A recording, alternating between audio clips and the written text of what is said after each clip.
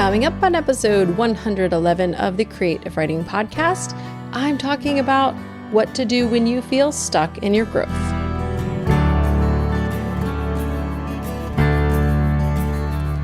I can't go back to sleep, it's almost light. These restless thoughts have kept me up again tonight. Hello and welcome to Creative Writing. This is the space for you, a writer, blogger, or creative who wants to build an online platform without being smarmy. I'm your host, Kirsten Oliphant, and today I'm kind of capping off our series on why isn't my audience growing. And I'm going to get a little bit more woo-woo. I've been kind of practical, and I tend to be like a person who avoids the woo-woo stuff. And if you don't know what I'm talking about, then you may not be a woo-woo person either. I've got to stop saying that's the most annoying word. But it's that kind of thing where it's like very mindset, not against mindset, you guys, but fluffy. I don't know. I like a good mix of practical with that kind of thing, but I tend to fall more on the practical side by far. For example, like Elizabeth Gilbert, everybody loves her, and she has a podcast. I can listen to like about 10 minutes of her podcast, and then I'm like, I must go. So anyway, that's me. That's where I am. It's great if you like both together, and you can go listen to her podcast and then mine. But today I'm going to talk a little bit more about encouraging kind of stuff and mindset stuff, and maybe a little more woo-woo, but practical too, because I can't stand things that are just, that feel fluffy. So we're not going to do fluff. And at the end of the episode, I am going to talk in my 5-minute frenzy about my book launch party, which you're invited to. Finally, we'll have details, featured community members, and a big thank you to my Patreon supporters. There's also some really big things coming out in the quick fix this week, so you want to make sure you're on my email list. Stay tuned for details. So for now, let's talk. Me and you, we're talking today because you're feeling stuck. You've been listening maybe to these past episodes about growth, and you're thinking, that sounds great, and I'm still not growing, and I'm still frustrated and just feeling like giving up, or like I don't know where to go next because I'm stuck and I've heard all the advice, and I feel stuck. Here is what I'm going to say to you guys. Let's do a little bit of troubleshooting. And then I want to, that's kind of the practical bit, but then I also want to just talk mindset, and I wasn't sure which one to do first. I'm going to do troubleshooting and then mindset. So we'll leave you on a bright note with some encouragement, but we'll start with the troubleshooting.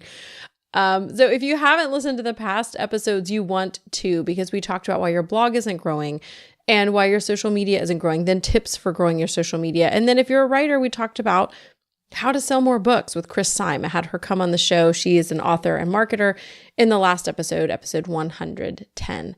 So you can look at those episodes, listen to those episodes, read the blog post, show notes about those things. But here are kind of some general sweeping things that you need to think about if you're feeling stuck in your growth and it's just not happening for you.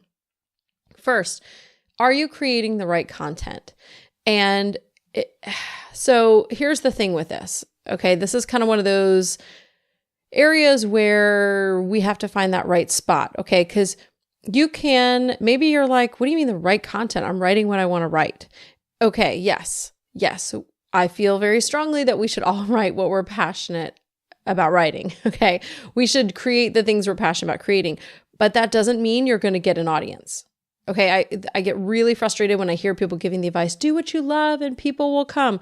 Yeah, maybe if they're interested in it, but you might love something people don't care about, or you'll have some of the other problems that we'll get to.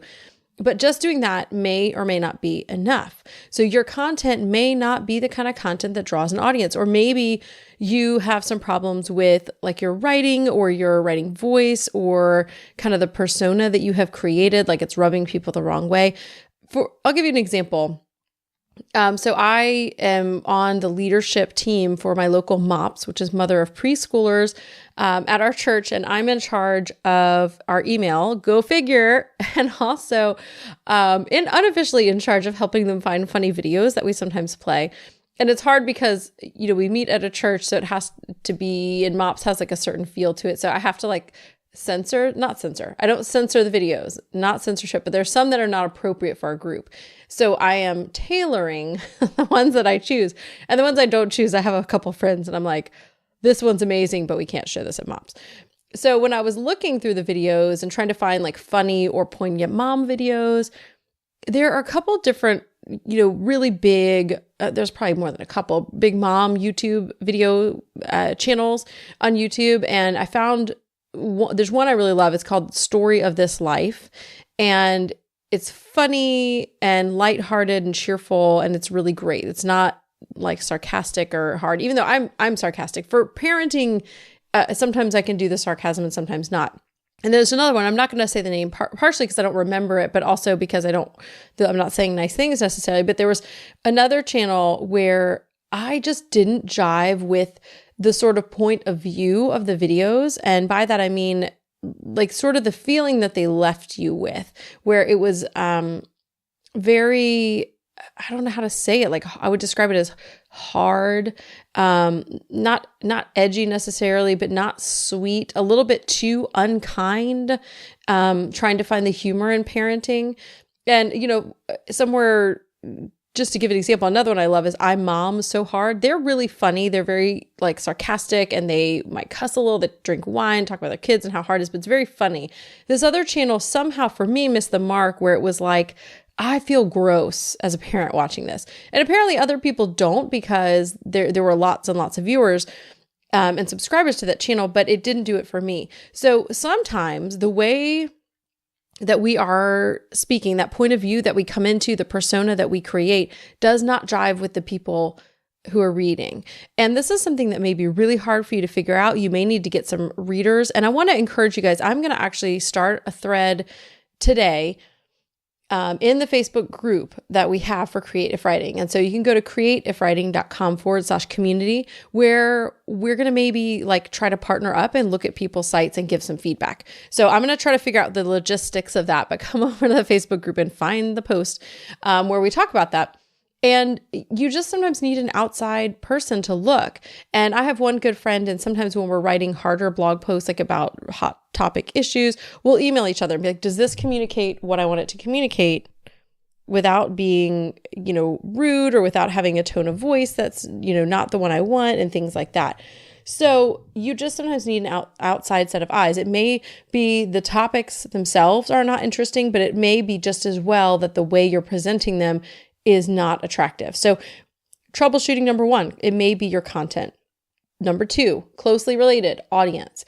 So like I mentioned with those YouTube videos, I am not the right audience for that one channel where I felt like it was just a little bit too hard in the look at parenting.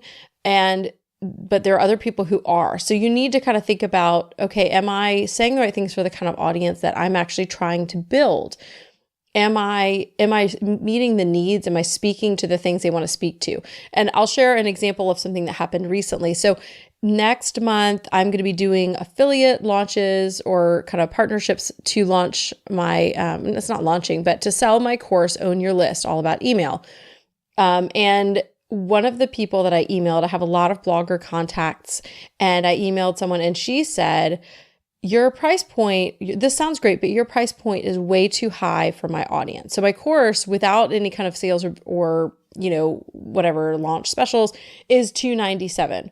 And I feel very strongly that it's worth at least that, if not more. Like I feel very confident in the price.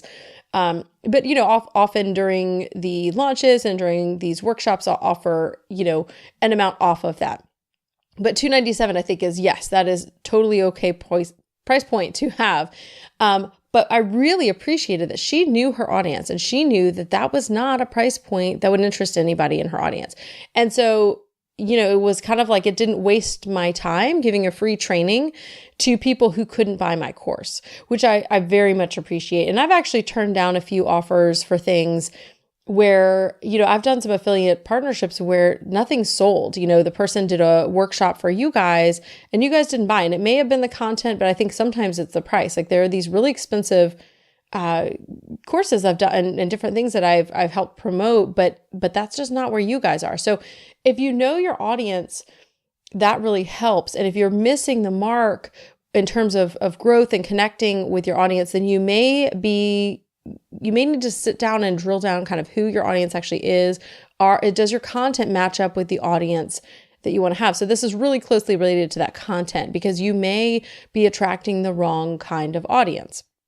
Another example of this would be if you are an author trying to sell your fiction books and you're writing so much about how to write, you may be attracting writers who aren't interested in your fiction.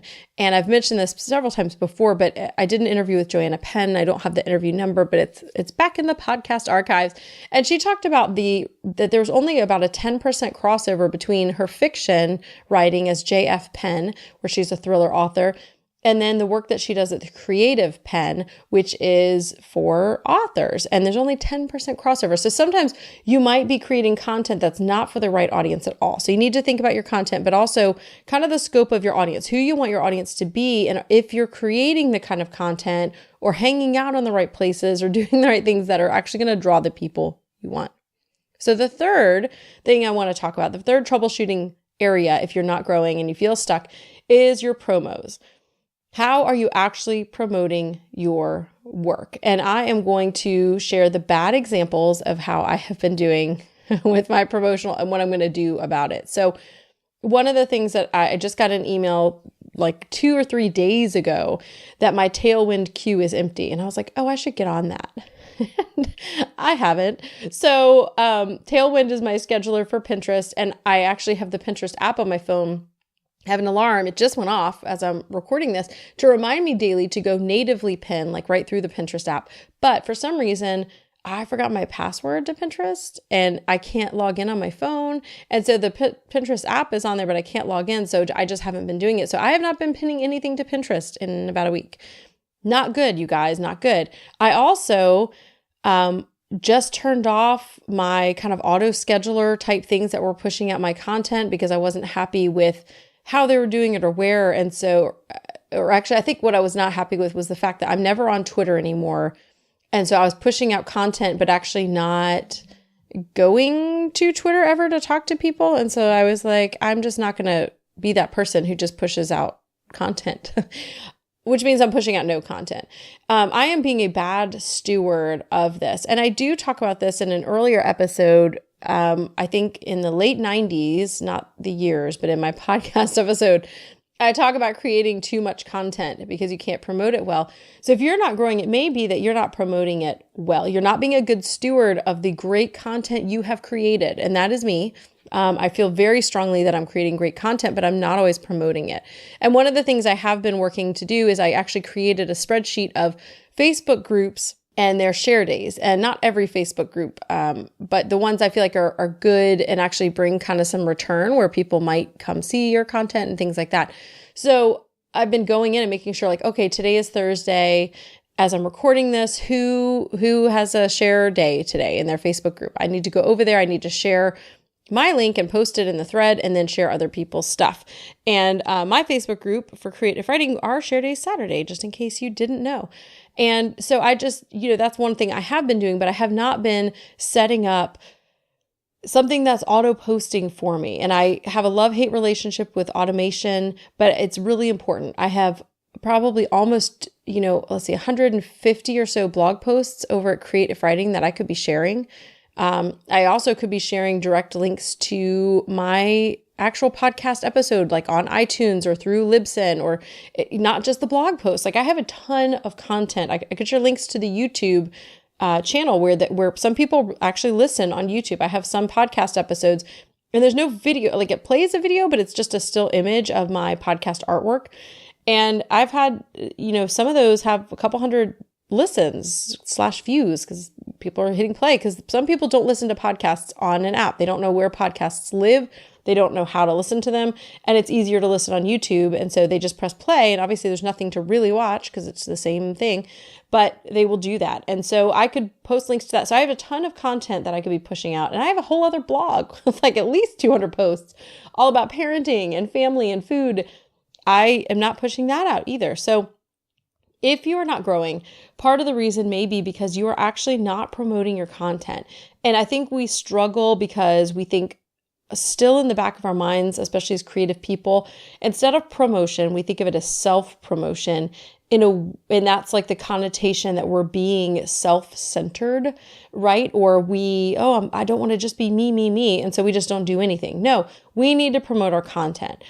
And we can also promote other people's content. I am, I've been amazed that a few people who've come on as podcast guests, they set up, whether it's through Edgar or Smarter Q or something else, automated things where I'm tagged in them. So I know how often they're sharing them, and they're sharing and continuing to push my podcast episodes through their channels for me. And I'm not even doing that. I'm not even doing that with my own stuff. I'm being a bad steward. They're being a better steward with the content than I am. And it's my content. So we have to get over that idea of self-promotion, and we have to set up some systems in place. So I'm actually hiring a VA. I'm paying for either Edgar or Smarter Q or one of those, because I've been using free plans on Recurpost and Social Jukebox and a few other places. And I'm tired of doing the max on all these different platforms, missing letter, to just get it all out there. I want one place where all my stuff lives, and I want someone else to set it up for me, because I don't have time because I'm writing a book and doing a bunch of other things. I don't have time. I'm going to pay somebody to do it. So if you are having trouble with growth, it may be because you're not being a good steward of your content. People don't even know about it.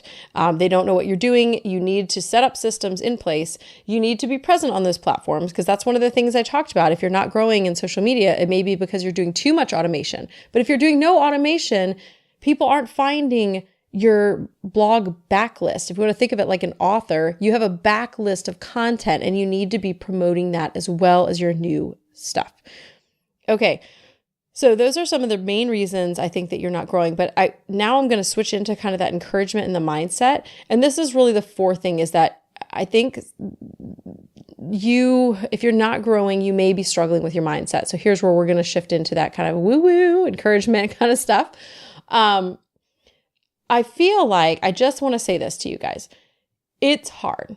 This stuff is hard. And I don't know, you never know what people think when they're listening to you or reading your content, what they think about you. I don't know how you guys view me, because I view me as a person like you who is working to get where I want to go. And I have a lot of places that I want to go that I'm not there yet. And so I am right there in that boat with you.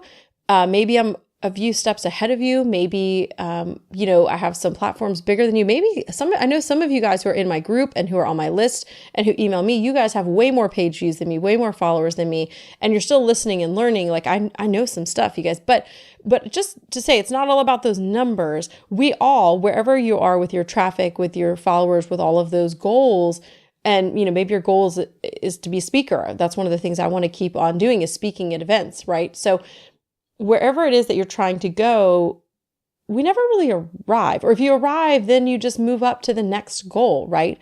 So we're all in this together. We are all struggling in some degree with this. We all feel stuck at times. And I think when we feel stuck, the danger is that we kind of just want to quit. We forget that it's hard for everyone. So my point in saying this is, I want you to know that this is hard for me. It's hard for me. Growth is hard for me. List building, even though I love it and I have a good list that I'm really happy about, I'm happy with my open rates, it's still hard. I still have to work at it. You don't get to a certain level and you're like, oh, it just happens. For some people, it can and does, depending, once you hit kind of the certain level of traffic, a lot of things do start happening on autopilot. Or if you get to be somebody like Amy Porterfield, a lot of this stuff just does happen on autopilot, right? Because you have all these things in place. You have a certain threshold of traffic and threshold in terms of like you're a household name in the online space. Okay. But the thing is that we are all, the internet is kind of crazy in that there are so many people who are famous in little niches, right? So like somebody could be really famous in one niche and then nobody else knows who they are in another one, right? So a food blogger who's huge, somebody like me who is not always paying attention to the food blogging community, I may not know about that. Or somebody that I really follow and subscribe to, like Jason Zook, who's in the kind of entrepreneur freelance space, the tech world. You guys may not know who that is, but he's a big deal. And I got him to speak at the Profitable Blogging Summit, which was like a huge win. It was really amazing, but it was like, I don't think people understood how big of a deal that was because most people didn't know who he was because it wasn't the same space. Not that it was a mistake to have him, because he was great and had a really awesome session for the Profitable Blogging Summit. He got to be introduced to a lot of people who didn't know him because he's in another space. All that to say, we all may be like famous in our own little spaces, but we never arrive. We're always going for the next thing. So just know, if you're feeling stuck, you're not alone. It's hard for everybody. Okay, it's hard. We are going to have to continue to work. You can set systems in place and make it easier. The bigger you get, growth kind of begets growth, but it's hard, and it requires that we're constantly working, we're constantly innovating, we're constantly changing. And so if you're feeling stuck, you aren't alone, but you have to kind of get over any mindset stuff that's holding you back. If you're just feeling like, I'm going to throw in the towel because it's not working, no. Now, there may be a time to quit, and I am going to post a link. I'll put it in the show notes too. I'm going to put it it's in the quick fix from Friday. There's a great episode of the Fizzle Show where they talked with a girl who, I didn't really know where we were going with this. Like, as we're listening, and I was like, oh, because it wasn't a lesson of like, I really struggled and then I made it. She was like, I really struggled and then I quit. And I was like, this is a change, isn't it? It was really refreshing. And she talked about what that meant for her and why. There may be a time where you are like, I'm tired of beating my head against the wall. That may come, but often when we're feeling that way, I find for me, I feel that way, and then I jump up to another level, or I get past the hurdle and I was just in this long plateau and I couldn't see the growth that was just about to come from it. I needed to get over the hump. And I feel like whenever you hit a plateau, that's the time where it's really hard because you don't see the next step up. It feels like you're just stuck in the same level. And it does happen. It can happen, but it takes perseverance. And so I want to encourage you guys, if you're at that place, to know you're not alone, as I've said, but also to really lean into your passions. And where I said that passions aren't enough for your content, like you can't just do what you love and think it's going to happen. No, but I do think when we're passionate about things, it gets other people excited. Growth begets growth and passion begets passion. So when we are growing, it's easier to grow. So like once you get past 1,000 followers on Twitter, for example, it's much easier to get to the next 10,000. Once you're past 1,000 likes on your Facebook page, it's a lot easier to get to 3,000 and 5,000. Once you get 1,000 people on your email list, it gets easier to go up. It just does. Email's a little different because there's no social proof, but there is something to that social proof of the public ones. And the same thing with passion. When people can hear, if you guys can hear the passion in my voice when I talk to you on the podcast, I know how I feel when I hear podcasts where people are excited. You can hear it in their voice. You can hear it when they smile or when they laugh to themselves. There's a difference, and it causes a reaction in you as well. So if you're struggling, if you're on that plateau, if you're feeling frustrated, tap into that passion. Find it again. Do what it takes. Maybe you need to step back for a few days. I just unsubscribed for a whole ton of entrepreneurial, whatever-y, teaching you how to write and blog and social media stuff. I unsubscribed for a ton of those emails because I needed to stop hearing other voices in my head. So I needed to not hear any more voices. I didn't need to learn anything else. I didn't need anyone telling me things. I needed to lean back and find the things I'm excited about and just kind of embrace those for a bit. So you may need to change something up. You may need to stop learning. You may need to actually learn and take a class. That's one class. Don't go crazy.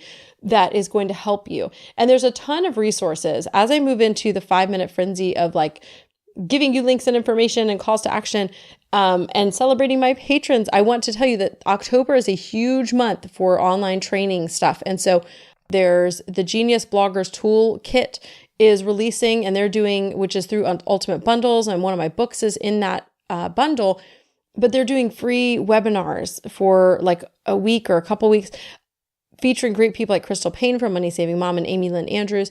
So you may need to learn, and there's some great free training. So if you want to learn about those free trainings, you can go to creativewriting.com/October and find out about some of those great free events. I'm also going to be doing some free trainings on email if you're interested in those. So maybe you don't need to have training. Maybe you need to step back from that. Maybe you need to learn something and that will help you push past. But for sure, you need to not beat yourself up over it, not feel like you're alone, not feel like you're never going to get there, because that's just going to keep you down in the pit. I will say that for sure. So that's about as woo-woo as I'm going to get for today. I want you guys to tap into your passion and do what it takes to get to that next plateau and know you aren't alone, that I struggle with this. I go through parts where I feel like I am amazing. Not that I'm amazing, but where I am is amazing. What I'm doing is amazing. I love my work. What's happening is really great. I'm so pleased with the direction things are going. And then I hit a place where I'm like, why am I doing this? I'm just going to quit. And it happens often. Like there's a lot of up and down about this. So you're not alone. Find your passion, go with it. There you go. So let's get into the 5-minute frenzy of information, news, and thanks to my patrons. So the first thing is I want to tell you, if you want to find the show notes for this with links and information, you can go to creativewriting.com/111 for episode 111, which makes me think of Bilbo Baggins and his 111th birthday. So I don't know. I feel like I should have done something for that, but I didn't. So it's just episode 111, thinking about Bilbo Baggins. I want to say some big thanks before I go into other links. I want to thank Jasmine Commerce of jasminecommercemusic.com.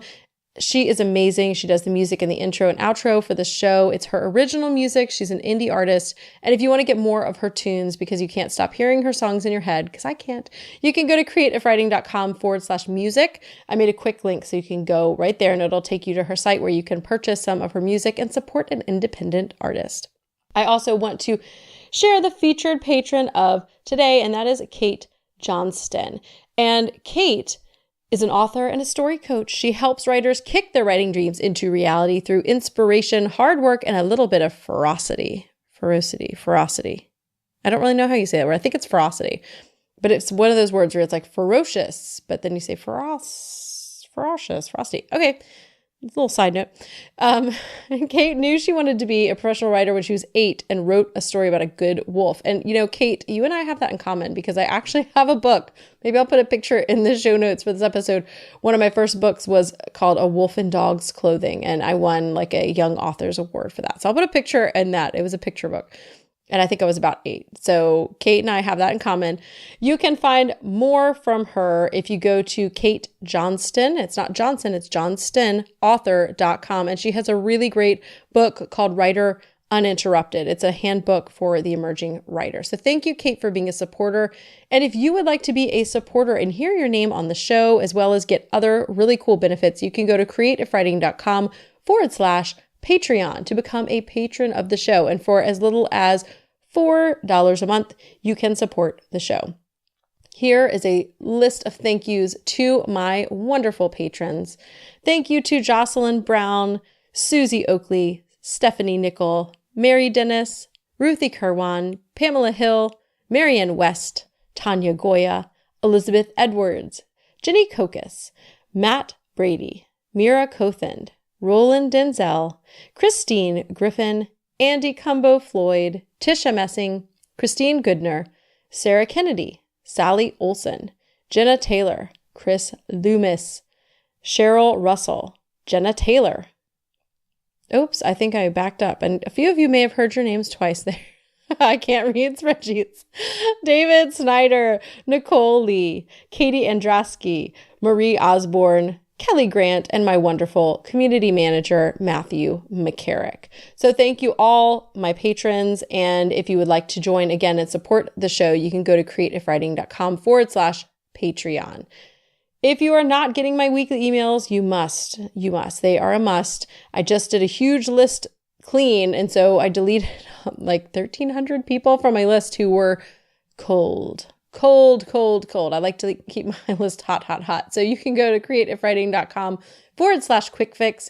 You'll get the quick fix on Fridays, which is must read resources and links. And then on Monday, I send a super brief, I call it the podcast minute, where I just tell you about the podcast episode that's out so you know and can find the show notes. That is all for this week. I'm so thankful for you guys listening to the show. You know how you can help me? Subscribing on iTunes. Even if you don't listen there, that is what helps you get found in the search algorithm. Not as much the ratings and reviews, you guys. So subscribe if you can. That would be a huge favor to me. And I'm launching a book. It's going to happen on November 2nd. I'm having a party in person and online. So you can go to creativewriting.com/collab book, COLLABBOOK, collab book, short for collaborations book, to find out more. But you're invited and I would like for you to come. So more details later, but for now you can go there and find out about it. Thank you guys for listening, and I hope you have an inspired week. Ow.